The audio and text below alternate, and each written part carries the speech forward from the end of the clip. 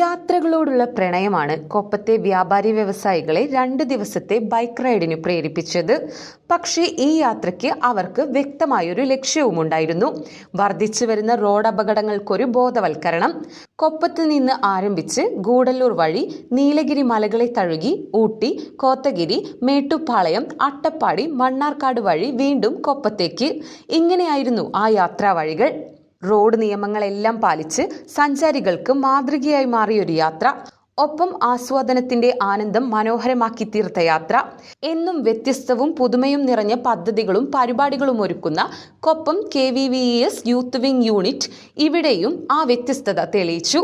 സൗഹൃദം ഊട്ടിയുറപ്പിച്ചും പുതിയ ആശയങ്ങൾ പങ്കുവച്ചും മികച്ച മാതൃക തീർത്തും വേറിട്ട അനുഭവമായി അവരുടെ യാത്ര മാറി. KVVES unit president KT Shaji flag off ചെയ്തു.